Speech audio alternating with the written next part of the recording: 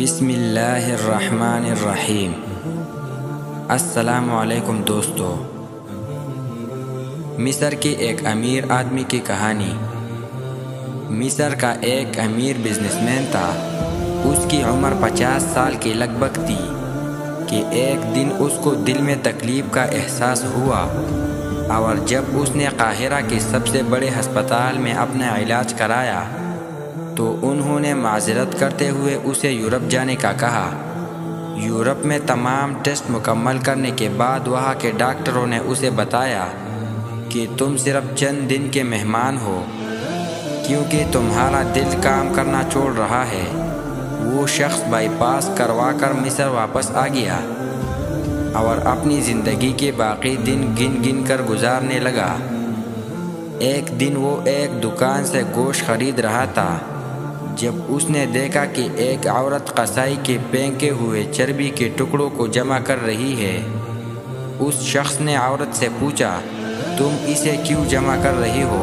عورت نے جواب دیا کہ گھر میں بچے گوشت کھانے کی ضد کر رہے ہیں، چونکہ میرا شوہر مر چکا ہے اور کمانے کا کوئی ذریعہ بھی نہیں ہے، اس لیے میں نے بچوں کی ضد کی بدولت مجبور ہو کر یہ قدم اٹھایا ہے۔ اس پھینکی ہوئی چربی کے ساتھ تھوڑا بہت گوشت بھی آ جاتا ہے، جسے صاف کر کے پکا لوں گی۔ بزنس مین کی آنکھوں میں آنسو آ گئے۔ اس نے سوچا، میری اتنی دولت کا مجھے کیا فائدہ؟ میں تو اب بس چند دن کا مہمان ہوں۔ میری دولت کسی غریب کے کام آ جائے، اس سے اچھا اور کیا؟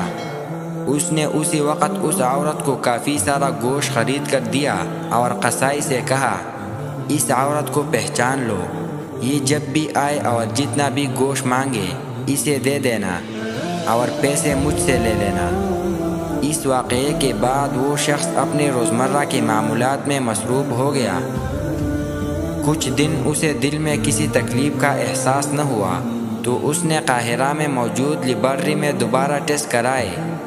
ڈاکٹروں نے بتایا کہ رپورٹ کے مطابق آپ کے دل میں کوئی مسئلہ نہیں ہے، لیکن تسلی کے لیے آپ دوبارہ یورپ میں چیک اپ کروائے۔ وہ شخص دوبارہ یورپ گیا اور وہاں ٹیسٹ کرائے۔ رپورٹس کے مطابق اس کی دل میں کوئی خرابی سرے سے تھی ہی نہیں۔ ڈاکٹر حیران رہ گئے اور اس سے پوچھا کہ آپ نے ایسا کیا کھایا کہ آپ کی بیماری جڑ سے ختم ہو گئی؟ اسے وہ گوشت والی بیوہ یاد آئی اور اس نے مسکرا کر کہا، علاج وہاں سے ہوا جس پر تم یقین نہیں رکھتے۔ بے شک میرے نبی صلی اللہ علیہ وآلہ وسلم نے سچ کہا تھا کہ صدقہ ہر بلا کو ٹالتا ہے۔ دوستو، یہ ویڈیو شیئر کرنا آپ کے لیے صدقہ جاریہ بھی بن سکتا ہے۔ اللہ تعالیٰ عمل کرنے کی توفیق عطا فرمائے، آمین۔